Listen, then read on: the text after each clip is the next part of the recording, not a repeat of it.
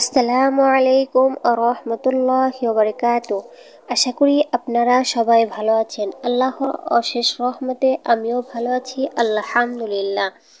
আমি আজকে আপনাদের সামনে যে স্বপ্নের ব্যাখ্যাটি নিয়ে এসেছি সেটি হচ্ছে, স্বপ্নে সুগন্ধিময় জিনিস দেখলে তার ব্যাখ্যাটা কী হবে।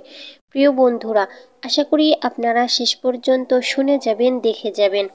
স্বপ্নে সুগন্ধিময় জিনিস দেখলে তার ব্যাখ্যাটা হবে, গোলাপ, নার্গিস, সূর্যমুখী ইত্যাদি জাতীয় সর্বপ্রকার ফুল সুগন্ধির ব্যাখ্যা হলো, যদি গাছ থেকে বিচ্ছিন্ন হয়ে আছে মর্মে স্বপ্ন দেখে, তাহলে এটা দুনিয়া তার থেকে পৃথক হয়ে যাওয়ার ইঙ্গিত।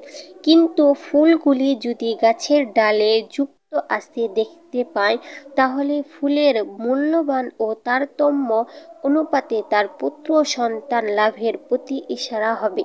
এমত অবস্থায় ফুল তার হাতে আসার অর্থ সে কল্যাণের অধিকারী হবে।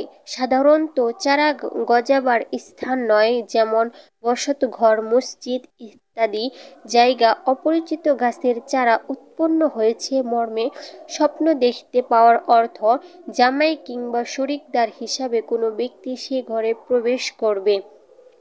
আশা করি আপনারা সবাই ব্যাখ্যাটি বুঝতে পারছেন। যদি বুঝতে না পারেন তাহলে ভিডিওটি পুনরায় দেখবেন। যদি তাও বুঝতে না পারেন তাহলে কমেন্টে বলে যাবেন। ভালো থাকুন, সুস্থ থাকুন। আসসালামু আলাইকুম আ রহমতুল্লাহি ওয়া বারাকাতুহু।